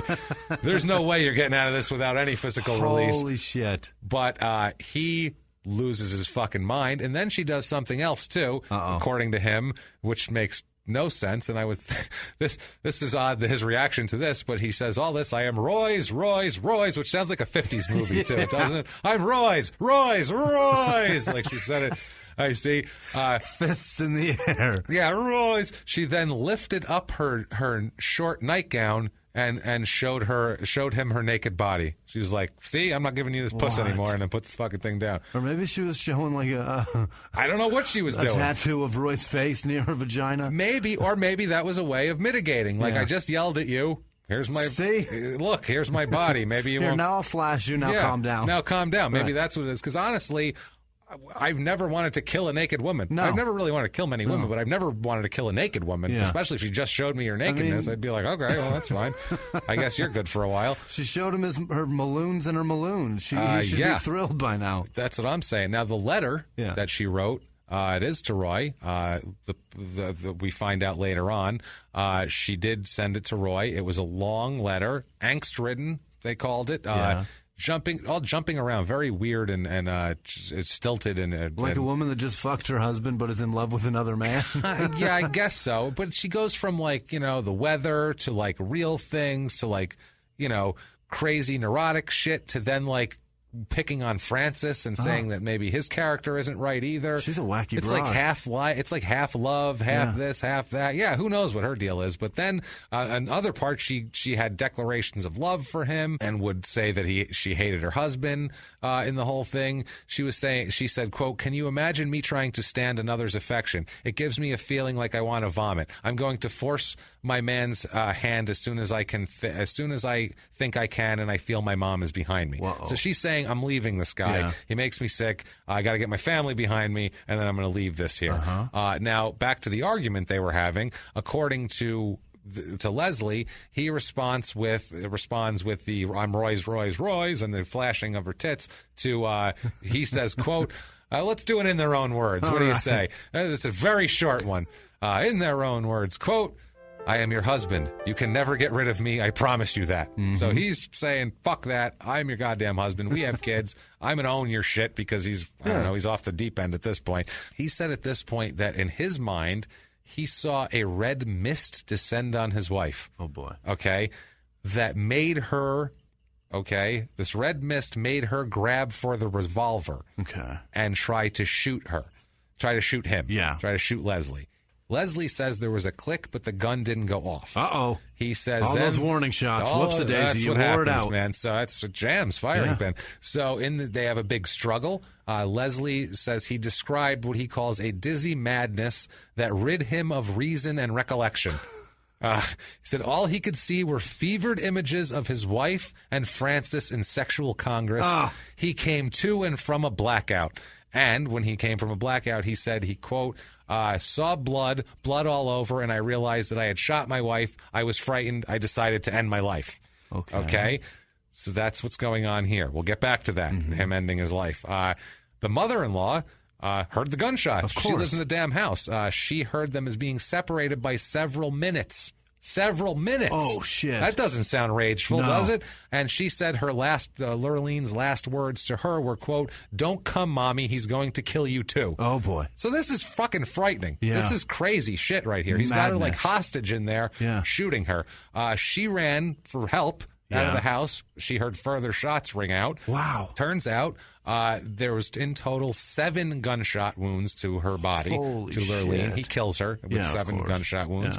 2 in the groin. Eee. Yeah, those were on purpose. He shot the Francis off of her. 1 in the midriff, 1 in the left breast, 1 in the left shoulder, 1 in the neck, and 1 in the left cheek. So he just went up a line. Several wounds showed signs of scorching too, which So it means was they were close. fired from Point blank. no more than 8 inches away. 6 to 8 inches they're talking with these particular Which scorch ones? wounds. It does not say that. It just says several of the wounds, which either way. Probably all. We're going to go with, we know which ones. Let's be realistic here. The ones where he was shooting at Francis were definitely exactly. close. He emerges from the bedroom and tells his mother-in-law that he shot her daughter. Yeah. And then he called the police and other family members. She started calling family members. He called the police. Yeah. She called other family members. This whole time, by the way, police are coming. Family members are rushing into the house. No one thought to check the body. What? No one checked it. No one even looked at her.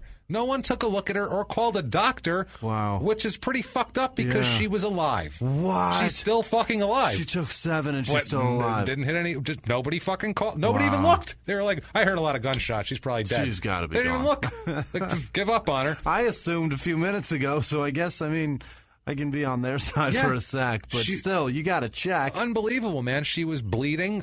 She died at a later stage. Her body, she was naked, and the blood loss and shock is what shut her vital organs out. He didn't even hit any organs. He didn't do anything. It's just blood loss and shock. Wow. If they could have stitched her up, she'd have been fine. Wow. That's how crazy this is.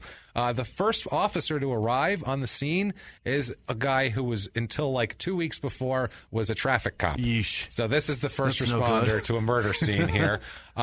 He did not caution. He didn't. Basically, they have a rudimentary read 'em your rights system down there, basically, where you had to tell him, hey, you don't have to tell me shit. Right. It's called judge's rules, which is their rights. He fails to caution Leslie about that. So against self-incrimination. So Leslie rambled nervously, half the time incoherently, while he was detained, not under arrest, had no judge's rules read to him here. All the while, too, the cop is talking shit to him and asking him questions, and so is her whole family. They're all fielding. What a mess! He's sitting here fielding questions by these people. They're going, like "Would a you do press this? conference." You do that. That's what it is, and he's like completely, in another state. So this is wow. He's Bill Belichick going, we'll look at the game tape, and we'll figure it out. He made several different confessions shortly after that ended up being in evidence later on. He denied that he threatened anybody. He claimed he purchased the bullets, like we said, for the robbery and all that. He said he loved his wife. It was a happy relationship, and he accepted his wife's denial of everything in the letter. He doesn't know what they're talking about.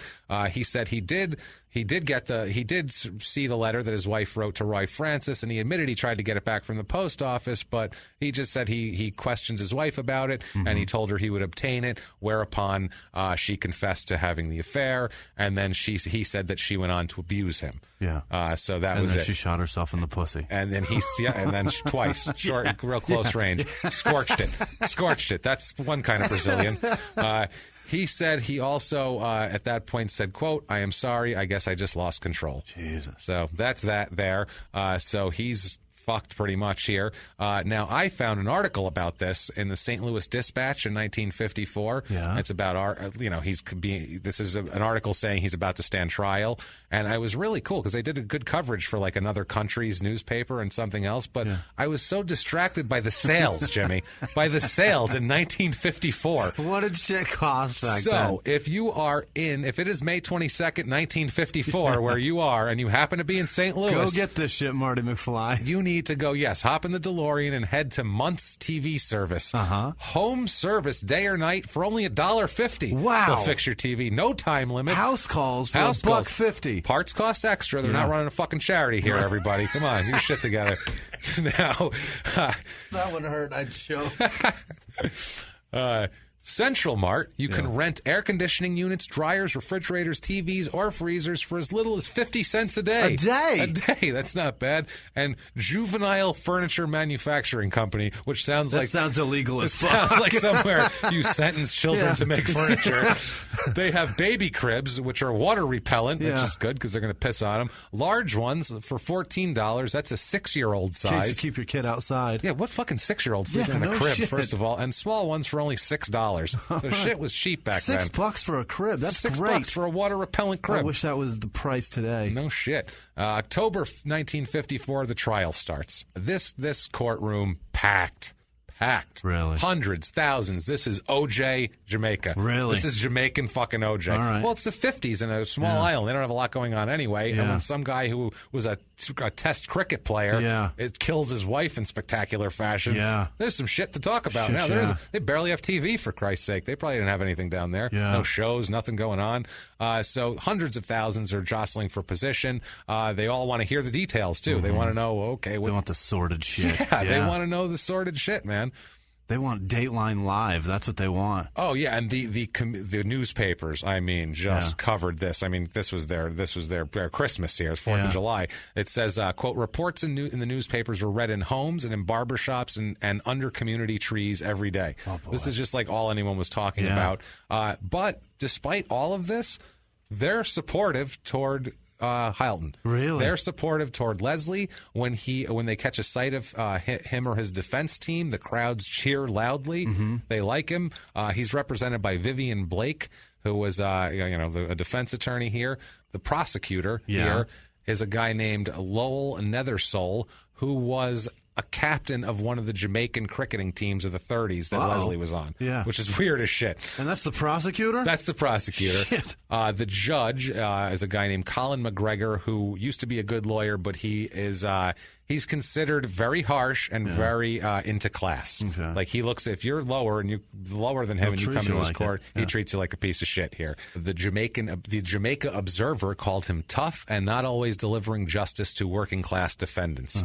It also said that he is not above berating and even dismissing a jury for reaching a verdict that did not comply with his particular worldview. So this guy is a loose fucking cannon here. The issue for this is pretty straightforward. It's just, was this premeditated murder or manslaughter based on partial defense? Because he has a defense of provocation. He's basically saying she asked for it. She fucked another dude. And then told me that I'm Royce. So he's saying that that's legally an okay reason to kill her a little bit, at least enough to knock it from premeditated murder to manslaughter, which, I don't know, you bought shells. That looks premeditated to me. Yeah. You know. Your argument, Jamaican no sense. You know what I'm saying? Yeah, Jamaican no sense, man. So the defense is trying to figure out how to come across that their defense is basically any reasonable person would have had that temporary loss of self-control. Yeah. Anybody. Yeah. Which, like I said, go get a hotel room. But anyway, yeah. You went and bought shells, bro.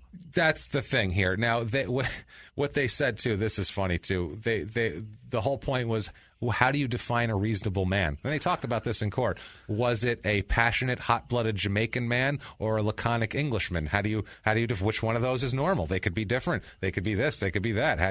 It's crazy. That's what I mean. They really tried to make this like a class thing, a cultural thing. Wow. Super weird here. McGregor was irritable the whole time. When Hylton was on the stand, when Leslie's on the stand, he interrupted him repeatedly to scold him for things that basically they said that he was. Hylton's not well educated. He stopped going to school when he's 11. Yeah, he stopped going to school when he's 11. And they were saying the prosecutor was kind of confusing him and trying to go around him. And so they would. The judge got mad, thinking he was being evasive, and would yell at him. And he just didn't know any better or what to do. It seems like what it was. He went through 2 days of cross-examination with the judge jumping in and talking shit to him too every time. And basically, they said under exhaustion, it just seemed like he didn't understand the subtlety of some of the questions, which might be true, or he might have been really good at sandbagging. We're not sure here. The mother-in-law testifies. She said that he lost control. He said that the shots, like we said before, the shots were not in a frenzy. They were minutes apart. There was another witness in a preliminary statement, a neighbor, that said the shots were fired in rapid succession, but then later on changed the 5 months later, saying that he heard the shots over more prolonged periods. So, I mean, that's who knows? That's neighbors. I'm sure they got him to say it was like this, but who knows what he thought he heard in the beginning? You never know here. Right. What he says is he says some more things that she brought up, Leslie does in court. She says, since you have been going to all this trouble, you might as well know here and now, because I cannot stand the torture of the past few days anymore. I have written to him, so what? And then she goes into the I should have followed my parents' advice. Roy's Roy. Right. The whole deal. I'm finished with you. Proclamation of whose pussy this is. Yeah, exactly. I'm finished with you. Hylton apparently said to that, are you crazy? What's going to happen to us and G, who's the 9-year-old son, who had been going to a really prestigious prep school in Kingston because the grandparents were powerful and all that. So, yeah, he'll be all right. He's going to be well taken care of. But his mom's dead, so that's not good here. That's brutal. The most damning evidence came from a guy named Dr. Vernon Lindo, who's a pathologist who performed the autopsy and everything. He described the gunshot wounds, and once they described the scorching and all of that kind of thing, it looked pretty bad. And another thing they found, too, was that Lurleen had recently been pregnant and undergone an abortion right before she came back to America also. Brutal. He didn't know that, Leslie, but that's what they found in the post-examination. Oh, man. He didn't know any of it. Imagine if she told him that. Oh, boy. Her letter to Francis, in her letter to Francis, she actually refers to an, quote, extant pregnancy, even though it had already been terminated. So we're trying to figure out what the hell that was about, but it doesn't matter. The most important thing is she was shot 7 times. That is a revolver. A revolver. He had to reload. A revolver holds 6 fucking bullets. Holy shit. So he must have reloaded, which right away kind of kills the claim that he lost his fucking mind. That is crazy. That's not great. I didn't here. even think about that. Yeah, I was waiting for you to catch it. So My God.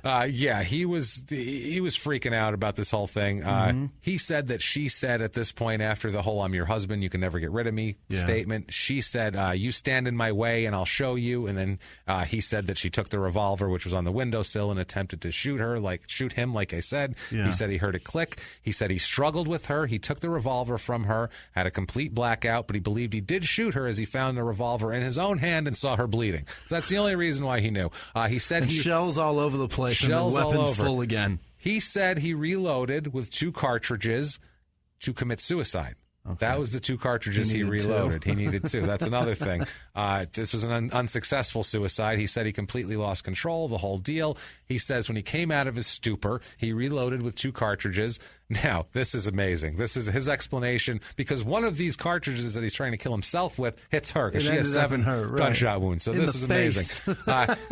He said the reliability of the gun caused one of the shots to fire accidentally, and a trembling hand caused the second one to miss his temple before he lost the courage with it and just said, just stopped. Yeah. They didn't even ask him on the stand, why'd you use 2 cartridges? But he's saying that he tried to shoot his temple and accidentally shot his wife again. Right. Like, that's amazing. I shot up and it went down. That's impressive. It's bananas. She's on the floor. Right. You tried to shoot your temple and hit her. Amazing. That's wild. Yeah. She said Newton's law of gravity was found long before this. Yeah. Way long before. Yeah, they removed 4 bullets for, we know that, and shit, the theory of relativity was formed when he was born. They found 4 bullets they removed from the body, and then they found 1 bullet in the wall, and then 2 that had exited the body. And the 7th bullet, though, that hit her also, following the reloading. Obviously, the prosecutor is saying the fact that he bought the bullets the day before she came home and shot 8 times and reloaded points to this just being pretty goddamn calculated, and his story is completely full of shit. They're saying, too, in a lot of these letters, like, the way she was, she probably would have tried to provoke him. That's just the kind of person she was. Yeah. A counsel for the Crown, this is the prosecutor, said, quote, "If Lurleen Hylton were not virtuous, if she were no paragon of wifely virtue, she still had a right to life." Oh, my God. Think? They're like, he just slut-shamed her and she's dead. Yeah, he just slut-shamed a dead woman and she's said, a whore, but she still has a right to live. I mean, Jesus Christ, could have shot her in the pussy once or twice, but don't kill her. I mean, that's what he basically said. And in the prosecutor's closing statement, he said, quote, out of all proportion to the provocation, is what he said. Like, this is not... It's not proportionate to what she did to provoke, basically. She didn't shoot him. Now, they did find also that one of the spent cartridges had a double firing pin impression that is actually consistent with a jam. So it's actually... it somewhat supports what he said, that she tried to shoot him, but also it could have been him trying to shoot her, and then just whatever. And also to, his terrible defense. Good Lord, his terrible suicide attempt. That's just fucking pathetic. So basically, the prosecution is saying cold-blooded, horrible, meant to do it, had it planned, bought the cartridges, piece of shit. And the defense is saying he was just sitting around with his son, with his mother-in-law, and she came home and flashed she her stretched out vagina. He just snapped, and he saw red mist coming over her. He didn't know what was going on. I mean, so there's a lot of room in the middle here to figure out, to find like what you really think is happening. With that old saying, there's 3 sides to every story, this one, and the truth. That's it, yeah. And somewhere in between those 2 fucking crazy stories is the truth. So he's sitting there now, he's waiting, it's the end of court, he's fucking, what do you do? You know what I mean? You get hungry. Well, he's not hungry, really, but he's sitting around, and they let him go for a walk in the yard a little bit. He walks around, and he likes dogs, and he hears some barking. And he turns around, and it's Bobby Colorado, animal trainer in 1954. And he says... How is it you come to arrive here? The fuck is wrong with you? No, don't pet my dogs. I don't like... What do you do? Yeah, she showed you a fucking... What do you care? She showed you a puss. You should have taken that as a fucking say. One last thing before I walk out. That's no reason to fucking kill a broad. Who kills somebody for showing him the tits? What's wrong with you? You ever been to a fucking strip club? Was the place bloody when you left? The fuck is wrong? I don't understand you. I said don't pet my fucking dog, all right? I'm getting out of here. Me and my German Shepherds are going. It's a service dog. I'm sorry, it's a service, but not for you. Not for you. I hope you're guilty, all right? I'm going to go now. Please don't feed my dog. I'm going to go now. Hey, you're not going to shoot me as I walk away, are you? You're not going to have like a complete loss of mental capacity, are you? Just checking, all right, asshole? All right, have a good one. See you later. Keep your eyes off my tits. Poof! And a puff of dog shit and marinara sauce. He's gone. Gone. So on October 20th, 1954, the Justice McGregor here spends the morning summing up and giving guidance to the jury on the whole deal. This is jury deliberation time. Yeah. It's so funny, too, because he acts like he's real pompous about the whole thing, but he also kind of takes shots at Hylton as he's doing it, like kind of a little under the surface shots at him and shit. I'm better than you. Yeah, he admitted too in his instructions. He admitted that the arresting officer failed to caution Leslie into the not to say everything, but he said he excused the officer on the grounds of his inexperience, and he's going to allow the defendant's incriminating statements anyway. Oh, shit. He's like, he was just inexperienced, so it's fine to ruin a criminal case. 2 days ago, we got that. bitched at for a parking ticket by some broad, so we're gonna allow this one. Yeah, definitely. He said, quote, there are many persons that took the view that in our law we err on the side of helping the criminal escape. And he said, I prefer the other way. So he would rather err on keeping innocent people in jail. On the question of the provocation, the judge directed the jury that neither Lurlene's abusive words nor her confessional taunts nor anything, even her trying to shoot her husband, amounted to, in the law, to provocation, which the shooting part kind of does a little bit. Does. But I guess once you get the gun away from her, you don't have to shoot her anymore. Right. That's at that point you have a gun and she doesn't. There was a very narrow interpretation of the law, the whole thing. He kept telling them to consider the provocation, assess it using the, quote, reasonable man test that we talked about earlier, though, that there's no standard for that. Even so, here, the jury comes back. They deliberated 1 hour and 27 minutes. Yeah. And they get back, and the foreman says that they can't reach a unanimous verdict. They're deadlocked. McGregor, the judge, is fucking pissed. He's fucking pissed. He sends them back to think some more. Yeah. And he says, basically this would be, I don't even know if you couldn't do this now. He says, quote, it makes for great public inconvenience and expense if jurors cannot agree or owing to unwillingness of one or more of their number to listen to the arguments of the rest. So he's like, get the fuck in there and bully those people into fucking agreeing with you. So they go back in for another hour and 19 minutes. They come back out. The foreman is looking kind of haggard. He's had to, I'm sure, he's been listening to arguments for the past hour and a half. Yeah, right, and trying to get votes together. Come on, guys, let's vote. They come back with a verdict of guilty. All right. Guilty of murder, not of manslaughter, of murder. So that's premeditation, but with a, quote, strong recommendation for mercy. Oh. So they don't want anything bad to happen to him. The book thrown at him. But they think he did it. Right. When the verdict was read, huge all groans in the, this was like the crowd Everybody was pissed. were on his side. Yeah, the crowd was pissed. There was some sympathy, whatever, and even the mercy from the jury. Like, nobody wanted anything bad to happen to this fucking guy. It's the weirdest thing in the world. So they go for a sentence. And what they do back then, I don't know if you know anything about English law or things like that, but nothing. They would place a black cap on their head, the judge, when they are passing a death sentence. Oh shit! They place a black cap, which is kind of like a square yarmulke. Basically, it's a square of cloth that they put on their head. Bag. No, it's just a square of cloth they stick on their head. You just put it on top of your head. Oh Jesus! Like a black dunce cap? Yeah, no. The judge puts it on himself. Oh my God! This is my death declaring hat, and he puts it on. I'm going to declare some death here. Boom! This is crazy. He slaps it on his head, and that's how you know that a death sentence is coming. Oh boy! Which is super weird. They put it on there, and he sentences him to death. Oh wow! He sentences him to death. Tells the jury to go fuck themselves. Pretty much, yeah. Recommendation of mercy. You 12 may eat go a dick. Fuck off. May fuck off. Yeah, he says, you, sir, may fuck off.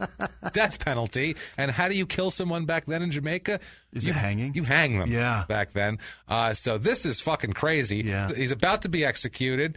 He has his son now who's going to have no parents. Yeah. He's got this son here who's now like 9 years old, 7 years old. His life's destroyed. Yeah. Even the grandfather's dead. He's going to be pampered by that they have prickly servants, mother. They have all these type of things. I mean, think about this. They're all pissed. The whole island's pissed. Everybody's upset. I feel bad for all these people, Jimmy. I really do. But not nearly as bad as I feel for Leslie Hylton, a camp counselor at the Rockbrook School for Girls in outside Ashford, North Carolina. That's a lady. That is a lady, this one, definitely. And it says about her, quote, Leslie will be joining us from Brevard College, a mathematics major and president of the math club. Leslie loves using her mastery of this subject to tutor local middle school and high schools. She hopes to one day become a high school math teacher. Oh, Jesus. Leslie loves her cat Whiskers and can tell you a thing or two about choosing the best outfit for your stuffed animal from her previous experience. She is so lonely. Working at Build-A-Bear Workshop. Then it says, we can barely just the bear parts in capital letters, hide our excitement for Leslie's arrival. She's such a dork. Not nearly as bad as I feel for Leslie Hylton, counselor for United States Senator Al Franken in Washington, D.C. She has also worked for Senator Mark Udall, the Truth and Justice Reconciliation Commission, and also to Robert F. Kennedy Center for Justice and Human Rights from Seattle University. She's got her best gig right now, though. Working for Franken. She's working for Franken. So fun. No shit. So there you go. That's that. I feel bad for those people. So over the next few months, there's various appeals procedures. Yeah. Obviously, we're a huge pain in the ass here. The appeals. There was appeal dismissed on January 10th. 1955. An application was then made for another one to have an appeal, but that too was refused on April 21st, 1955. Chief Justice Sir John Carberry presided over the appeal. He took note of two instances where there were inaccuracies to the facts in summing up of the trial, judge, and he gave to the jury. However, the court did not think either of them were, quote, material. Basically what this judgment said was, quote, the appellant Hylton said that his wife confessed to him that she had committed adultery. Let it be conceded that this was a sudden and unexpected confession, and that she added the words he repeated in evidence, which were described by his counsel as words of abuse, insult, derision, and contempt, and that she took up a loaded revolver, pointed at him, and pulls the trigger as he heard it click. Basically, what he says here is his mode of resentment was entirely disproportionate to the provocation he suffered. We are satisfied that even if there had been a perfect summing up and had the question objected to had not been allowed in cross-examination and the answers given, a reasonable jury must have come to the conclusion that the appellant was guilty of murder. You, sir, may fuck off, hang in your ass. Keep on fucking. Keep on fucking. So, yeah, that's what ends up happening here. It says, we are of the opinion that no miscarriage of justice has actually occurred in this case. The appeal is dismissed and the conviction of the sentence are affirmed. The last hope for Leslie was a petition to Sir Hugh Foote, who was the governor of Jamaica. And he's going to put that foot in his ass. And Foote was a huge fan of the West Indian cricket team. But he was a big fan of Hylton of that time. Yeah. He loved his whole deal. But he loves to hang people more. He did not commute the sentence. No. He says, nope, you can still go fuck off. I saw your best years. I don't think you're going to come out and help the team now. So go fuck yourself. I'll be the silver-haired middle-aged white man today.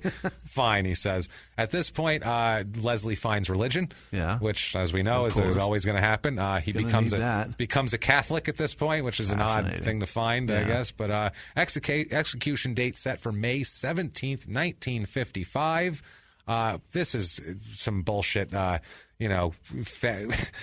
back then they would say crazy shit that they were like, some sort of weird superstitious shit. Word emerged from the prison that Leslie's hair turned white overnight while he waited for the execution. Like, I don't think that happened. He found the bleach in the fucking janitor closet. I'd like to see the pictures of that one here. That's awesome. 1,200 miles away, also, Barbados was hosting a test match with the West Indies, and in the opener here, there was a player named J.K.C. Holt for the Windies here, for the West Indies guys, who was playing like shit. So there was a We'll give a newspaper quote of the time here. It said, quote, not only had he to endure the declining returns, this is the guy we're talking about, Holt, during the fourth test, the biting and ghoulish sense of humor of the crowd, after he dropped more catches than they were prepared to accept, spectators turned up with a placard reading, hang Holt, save Hylton. So they're like, you suck. We'd rather you die and take this guy. We'll give him instead. Execution morning, he could not eat his breakfast. They had a breakfast of banana porridge, eggs, and toast, which sounds like what you'd eat in Jamaica. He dressed himself. He had a light tropical suit, a gray suit, and a white shirt, and he gets escorted off to the scaffolds. There's thousands of people there to watch. Wow. It's at St. Catherine District Prison in Spanish Town, and they all watch. He approached, he goes up, they said he was very quiet and calm and had dignity anyway. He again denied that he meant to do this whole thing and the whole deal. He said that his faith was helping him. He took the 13 steps down to the gallows. The death certificate said he was dead at 8:37 a.m., He's buried within the prison compound in a 20-foot pit. Brutal. That already held the remains of a prisoner executed a month or so earlier. Yeesh. So they just tossed him in a hole. Wow. Yeah, it's crazy, man. 2 years later, this is interesting. 2 years later, a new homicide act reformed the partial defense of provocation, making the reasonable man test the sole responsibility of the jury. This came a little late for Hylton here. This might have brought a huge different outcome, though. Really? That would be the only test. Would a reasonable man do that? And if you had a couple of jurors that were like, that sounds reasonable to me, you're fucking off, man. A couple of guys that have been cheated on. a couple of shithead guys with a bad attitude. Now, based on today, too, they would have...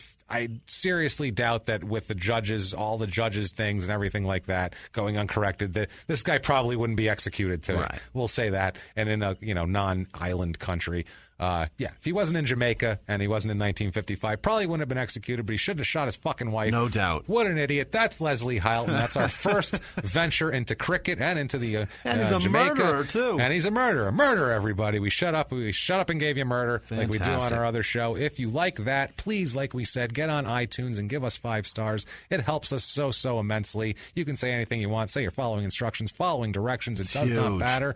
Does not matter. If you love us more than that. In that story, you laughed at our not knowing shit about cricket, and you feel bad for us that we had to try. You can please get on patreon.com/crimeinsports. You can make a donation or a one-time donation over at PayPal using our address crimeinsports@gmail.com, which you can also use to get a hold of us on all of our social media, like email crimeinsports@gmail.com, Instagram and Twitter @crimeinsports, facebook.com/crimeinsports. We have some awesome people who have helped us so much this week with their donations, with their everything. Here they are. Jimmy, why don't you tell us about those fine people? First of all, emails this week were out of control again. You guys suggesting people. Jess Landgren in Australia sent us a very detailed email of all kinds of people. Thank you guys so much for all the emails. Honestly, we read each and every one of them, so if we don't write back to you, just know that we got your email. And we try to get to all of them. We're it's kind of crazy with it's difficult. It's a lot of social media. Yeah.